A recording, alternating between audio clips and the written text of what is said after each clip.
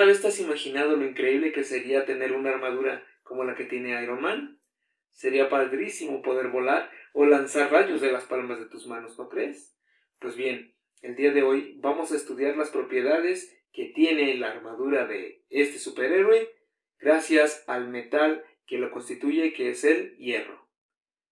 Bienvenido a la ciencia de los superhéroes.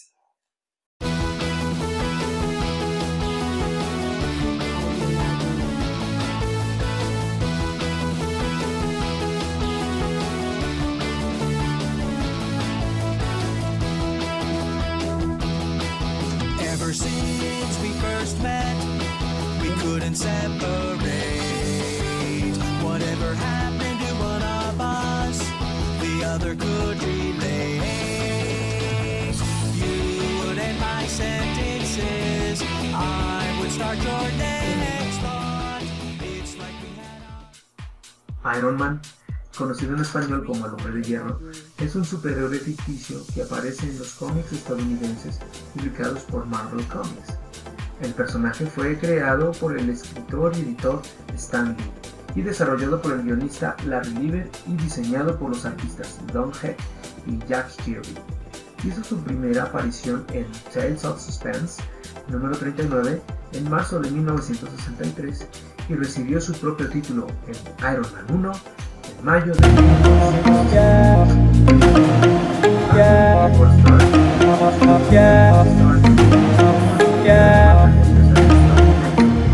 Sufrió una grave lesión en el pecho.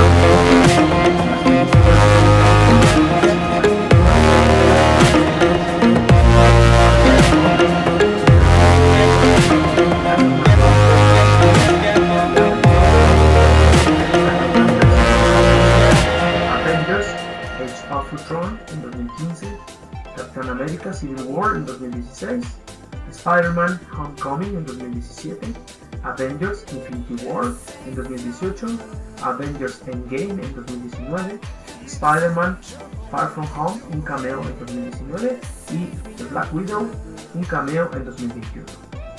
Para hablar un poco de historia del personaje, podemos mencionar que Anthony Edward Stark es el hijo del jefe de industrias Stark, Howard Stark, y su esposa Ned Stark. Un niño genio que ingresa al MIT a la edad de los 15 años para estudiar ingeniería mecánica y luego recibe maestrías en ingeniería eléctrica y física. Después de que sus padres mueren en un accidente automovilístico, hereda la compañía de su padre. Mientras observaba los efectos de su tecnología experimental en el esfuerzo bélico estadounidense, Tony Stark es herido por una bomba y capturado por el malvado Wong Chu, quien le ordenó diseñar armas para él. Sin embargo, las lesiones que Tony Stark tenía en su corazón eran muy graves. Su compañero de prisión, Hu Jin-sen, un físico ganador del premio Nobel, cuyo trabajo se había ganado la admiración de Stark en el colegio, construyó una placa pectoral magnética para evitar que las lesiones del corazón de Stark lo mataran y lo pudo mantener vivo. En secreto, Stark y Yinsen utilizaron el taller para diseñar y construir una armadura de poder, la cual utiliza Stark para poder escapar. Sin embargo, durante su escape, Yinsen sacrifica su vida para salvar a Stark, distrayendo al enemigo para que Tony pudiera recargar su armadura. Stark se venga de sus secuestradores y escapa para reunirse con las fuerzas estadounidenses, conociendo en su camino a un piloto herido de la Marina estadounidense llamado James Buddy Rhodes. De vuelta a casa, Stark descubre que tiene un fragmento de bala alojado en su pecho que no puede ser quitado sin matarlo. Él se ve obligado a utilizar la placa del pecho debajo de la ropa para actuar como un regulador para su corazón. También tiene que recargar la placa todos los días o de lo contrario corre el riesgo de que la bala lo mate. La portada para Iron Man dice que él es el guardaespaldas de Stark y la mascota de su empresa. Con ese fin, Iron Man lucha contra las amenazas en su empresa, como la oponente comunista Natasha Romanoff, el Dínamo Carmesí y el Hombre de Titanio, así como villanos independientes como el Mandarín, que finalmente se convertiría en su peor enemigo.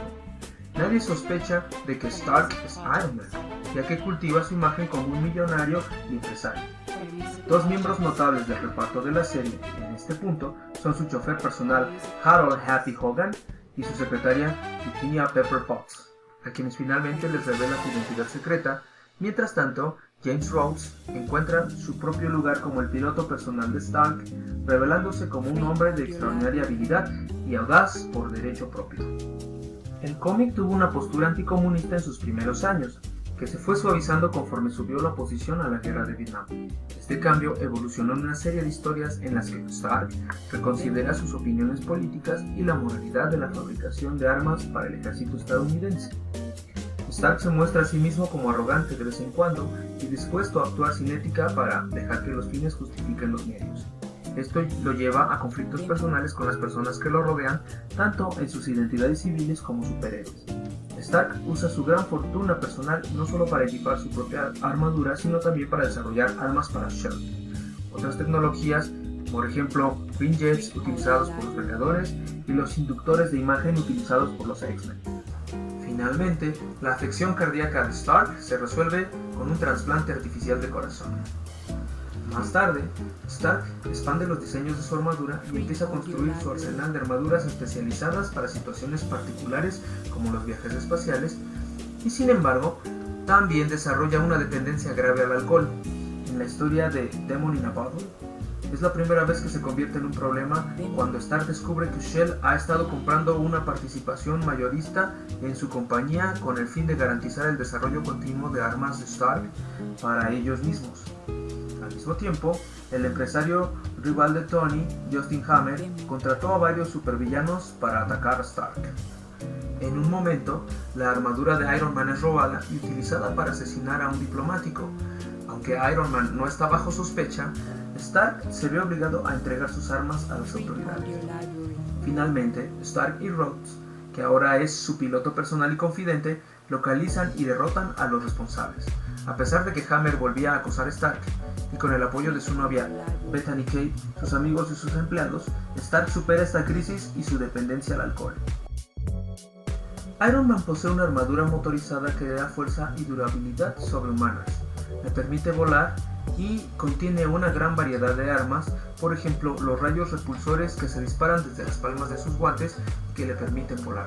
Otras armas incorporadas en varias encarnaciones de la armadura incluyen el proyector de haz único en su pecho, pernos de pulso que acumulan energía cinética en el camino y por lo tanto mientras más lejos viajan, más fuerte golpean, un generador de impulsos electromagnéticos y un escudo de energía defensivo que puede extenderse hasta 360 grados. Otras capacidades que tiene son generar un ultrafreón, es decir, un haz de congelación, creando y manipulando campos magnéticos y un emisor de explosiones sonoras y proyección de hologramas tridimensionales. Para poder comprender un poco mejor las propiedades que tiene la armadura de Iron Man, es importante que estudiemos el elemento que la conforma. Este elemento es precisamente el hierro, que en inglés se dice iron, y que precisamente es el que le da nombre a nuestro superhéroe. El hierro constituye cerca del 1.51% del peso de la corteza terrestre. Es uno de los 7 metales conocidos desde la antigüedad. Aunque muy raramente se encuentra libre en la naturaleza, la facilidad con que sus óxidos son reducidos por el carbono y la abundancia de los mismos en la superficie terrestre hicieron posible su descubrimiento y aplicación en la fabricación de utensilios, armas y por supuesto en la armadura de Iron Man.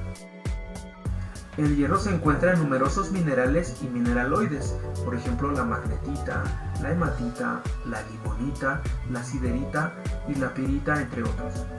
Si bien hay una diversidad de minerales de hierro distribuidos sobre la corteza terrestre en forma de óxidos, carbonatos, sulfuros, sulfatos, silicatos, etc., son pocos los minerales usados comercialmente como fuente de hierro.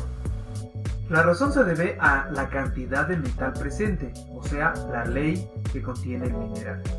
Para ser utilizado en la industria siderúrgica, estos materiales deben contener un mínimo del 40% de hierro. Las impurezas, conocidas como ganga, que siempre acompañan a los minerales, disminuyen el porcentaje de hierro en los mismos. La magnetita, por ejemplo, contiene teóricamente el 72.3% de hierro, la hematita el 69.9%. En cambio, el contenido teórico de hierro en la pirita es de apenas 46.6%. Los porcentajes reales disminuyen debido a la ganga. Otro factor que puede condicionar el uso de un mineral de hierro como materia prima para la obtención de acero es la presencia de ciertos elementos que pueden dificultar el proceso o que le comunican al producto características indeseables. Con respecto a la obtención del hierro a partir de los minerales, podemos decir que la historia del hierro es la misma historia del hombre, ya que desde su descubrimiento en tiempos primitivos, el hombre con su inventiva logró convertirlo en acero y adecuarlo a los múltiples usos que hoy tiene, desde una aguja hasta un gran buque, desde un delicado instrumento hasta la Torre Eiffel.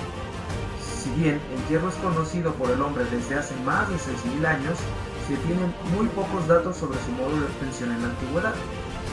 En los Pirineos tuvo origen un procedimiento de obtención denominado forja catalana que se utilizó desde el siglo XIV. Las forjas catalanas consistían en pequeños pozos o crisoles con las paredes revestidas de arcilla, dentro de las cuales se introducía el mineral junto con una gran cantidad de carbón vegetal. El fuego era atizado con fuelles manuales o accionados con pedales. En estos hornos no se alcanzaba la temperatura de fusión del hierro, sino que se obtenía una masa metálica esponjosa impregnada en escorias que se separaban mediante un batido enérgico. De esta manera, apenas sí se podía obtener un tercio del hierro, el resto se perdía en la escoria. Fue hasta a partir del siglo XIV donde se comenzó a utilizar un horno llamado alto fuego, precursor de los actuales hornos en los distintos países como Cuba. En estos hornos se alcanzaba una temperatura más elevada, lo que provocaba una fusión parcial de hierro. Según las técnicas de trabajo, se podía obtener hierro dulce, hierro duro y un material duro pero frágil llamado arrabio. Este arrabio se consideraba un producto desechable debido a su fragilidad. Más tarde se comenzó a aprovechar fundiéndolo y colocándolo en moldes. Todos estos procedimientos eran directos, es decir, se obtenían directamente a partir del mineral. Posteriormente fueron sustituidos por el proceso indirecto, mediante el cual a partir del mineral se obtiene primero el arrabio y de este, por un tratamiento posterior, la aleación del hierro con el contenido de carbono deseado. Con respecto a la obtención del radio en el alto horno, el mineral de hierro se calcina para eliminar el agua, descomponer los carbonatos y oxidar los sulfuros y la materia orgánica que pudiera contener. Luego se debe someter a un proceso de reducción de tamaño de partícula para que la reacción química ocurra eficientemente. Para eso, se puede triturar el material o pelletizarlo. Mediante la trituración se obtienen granzas, que es la forma más común de hierro comerciable. Es la forma más tradicional en que se comercializa el mineral proveniente de las minas de hierro generalmente. Las materias primas que se emplean en el proceso de obtención de aceros y fundiciones son, además del mineral de hierro, el carbono, ya sea en forma de coque o carbón vegetal y algunos otros fundentes. Cuando el coque es de tamaño grueso, se le tritura hasta un tamaño adecuado y Por cribado se separan las partículas pequeñas del polvo. En el interior del alto horno, los distintos componentes del mineral de hierro deben ser transformados en productos fusibles susceptibles de ser separados. Para ello se utilizan distintos fundentes. Si el mineral contiene gangas calcáreas, se usa un fundente ácido tal como arena o arcilla, cuya combinación con el material alcalino forman una escoria fusible. En cambio, si las gangas son silíceas, se utiliza caliza o dolomita como fundente. Para minerales con gangas silíceas y calcáceas se emplea bauxita. Un alto horno está constituido por dos troncos de cono de distintas longitudes, unidos por sus bases más anchas. El superior recibe el nombre de cuba y el inferior se denomina etalaje. La parte superior de la cuba, llamada tragante, lleva un doble cierre para impedir que escapen los gases. La parte más ancha del horno se llama vientre. Debajo del etalaje se halla el crisol, donde se recogen el hierro fundido y la escoria. Cerca del fondo hay varios tubos de bronce llamados toberas, a través de los cuales se introduce aire caliente a presión. La escoria y el hierro se extraen por diferencia de densidad a través de dos orificios llamados escoriero o bigotera y piquera, respectivamente. El horno alto se construye en acero revestido interiormente de ladrillos refractarios, arcillosos o sílico-aluminosos que deben resistir, además del calor, la erosión producida por el descenso de las cargas y por la reacción química que se produce en su interior. La obtención del arrabio, que es el hierro de primera fusión, en el alto horno insume grandes cantidades de aire, que va de los 3 a los 4 metros cúbicos por kilogramo de carbón. Para su obtención se utilizan turbosoplantes accionados por el vapor que producen las calderas de una central termoeléctrica. El aire procedente de los turbosoplantes ingresa a un sistema de estufas en las cuales se calienta de 600 a 800 grados centígrados. Las estufas se utilizan como combustible gas proveniente del alto horno que ha sido convenientemente depurado. El aire caliente se inyecta al horno a través de las toberas, que son refrigeradas exteriormente con agua. En la zona de introducción de la carga, la temperatura es de unos aproximadamente 150 grados centígrados y a medida que la carga desciende por la cuba, encuentra temperaturas cada vez mayores. Cuando se alcanzan los 400 grados centígrados, se produce la desecación de los materiales y los óxidos hidratados se transforman en amianto. Alrededor de los 450 grados centígrados se produce una reducción parcial del dióxido de carbono proveniente de la combustión del coque en las capas inferiores y se forma carbón que favorece la carburación del hierro. Cuando la temperatura alcanza los 700 grados centígrados se produce la reducción de los óxidos de hierro por acción del monóxido de carbono. Entre los 700 y los 1350 grados centígrados aumenta la reducción del óxido de hierro por reacción directa con el carbón y tiene lugar la disociación de los carbonatos de calcio y de magnesio. En esta zona también se produce una reducción parcial de los óxidos de manganeso, la que posteriormente producirá sulfuro y silicatos de manganeso. A los 700 grados comienzan a formarse las escorias primarias, inicialmente formadas de silicato ferroso, que al reaccionar con la cal producida por la descomposición de los carbonatos libera óxido ferroso. Al término de la operación, para extraer la escoria, se perfora el tapón de arcilla cocida que cierra la bigotera. Esta operación se conoce como sangrado de la escoria. Luego se sangra el crisol con la tijera, desde donde se extrae el radio. Por la chimenea sale una mezcla gaseosa que contiene aproximadamente 24% de monóxido de carbono, 12% de dióxido de carbono, 2% de hidrógeno gaseoso y 2% de metano y un 60% de nitrógeno gaseoso. Esta mezcla se destina previa purificación para la calefacción del aire o como combustible en la central termoeléctrica. Finalmente, la transformación del arrabio en acero se llama afino. El afino se puede realizar en distintos aparatos. Entre los tipos de aparatos que se emplean están los llamados convertidores. Un convertidor es un gran recipiente en forma de pera revestido interiormente de material refractario cuyo fondo está perforado. Mientras se vierte la colada líquida, el convertidor se mantiene en posición horizontal para evitar que el líquido alcance los orificios del fondo. Una vez que se ha completado la carga, el convertidor se endereza y al mismo tiempo se comienza a soplar aire de 2 a 3 atmósferas de presión a través de los orificios del fondo. El oxígeno del aire oxida al hierro formando óxido ferroso. Este se disuelve y oxida el silicio y el manganeso. Los óxidos formados reaccionan con el dióxido de silicio y con el revestimiento formando una escoria que flota sobre el material fundido. Luego comienza la oxidación del carbono. Cuando el monóxido de carbono llega a la atmósfera, se observan llamaradas de 7 a 9 metros en la boca del convertidor, alcanzándose en el interior una temperatura de hasta 1600 grados centígrados. Una rápida disminución en lo largo de la llama revela que la descarburación ha terminado. El proceso en el convertidor dura unos 20 minutos, durante los que se puede afinar de 10 a 20 toneladas de radio. Esta rapidez no permite un control muy exacto del proceso y por lo tanto de la composición final que tendrá el acero.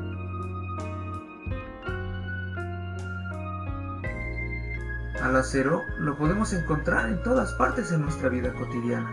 Lo podemos ver en los automóviles que conducimos, en las casas en que habitamos, el transporte que utilizamos todos los días, en las latas de comida que consumimos, en los aparatos que hacen nuestra vida más fácil. El acero es resistente y ligero, duradero y resistente a la corrosión, adaptable y completamente reciclable. El acero también tiene otros múltiples usos. Por ejemplo, sirve para armar el hormigón, reforzar los cimientos y transportar el agua, el gas y otros fluidos. Permite igualmente formar las armazones de edificios, sean estos para oficinas, escuelas, fábricas, residencias o deportivos, y también para vestirlos, es decir, para hacer las fachadas de estos. En una palabra, es el elemento esencial de la arquitectura y de la estética de todas las ciudades. Finalmente, las propiedades que tiene el acero y por las cuales Iron Man seleccionó a este material para construir su armadura son que es muy confortable, durable, resistente a la tracción y que tiene buena resistencia a la fluencia, buena conductividad térmica y, en el caso del acero inoxidable, la resistencia a la corrosión. Como pudiste darte cuenta, el acero y el hierro tienen múltiples usos en la vida cotidiana. Son tan importantes que nuestra vida sería casi imposible si tuviéramos que prescindir de ellos. Es por eso que todos los recursos naturales y minerales deben ser cuidados y utilizados con mucha responsabilidad. Hasta aquí el programa de hoy. Espero que te haya gustado y nos vemos en el siguiente episodio de La Ciencia de los Superhéroes. Un bacio può valere più di 1000 parole. In un bacio puoi sentire quello che non puoi capire. Un bacio può fermare il tempo senza respirare. Con un bacio, se vuoi, puoi dir io me ne devo andare.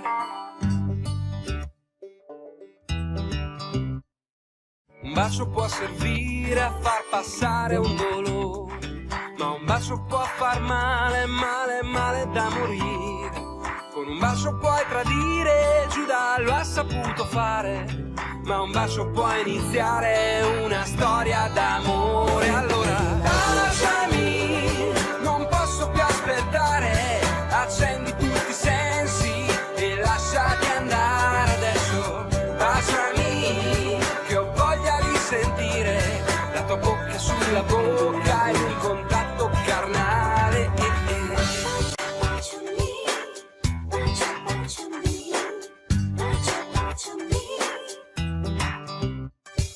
Un bacio ti può dire che è ora di cambiare.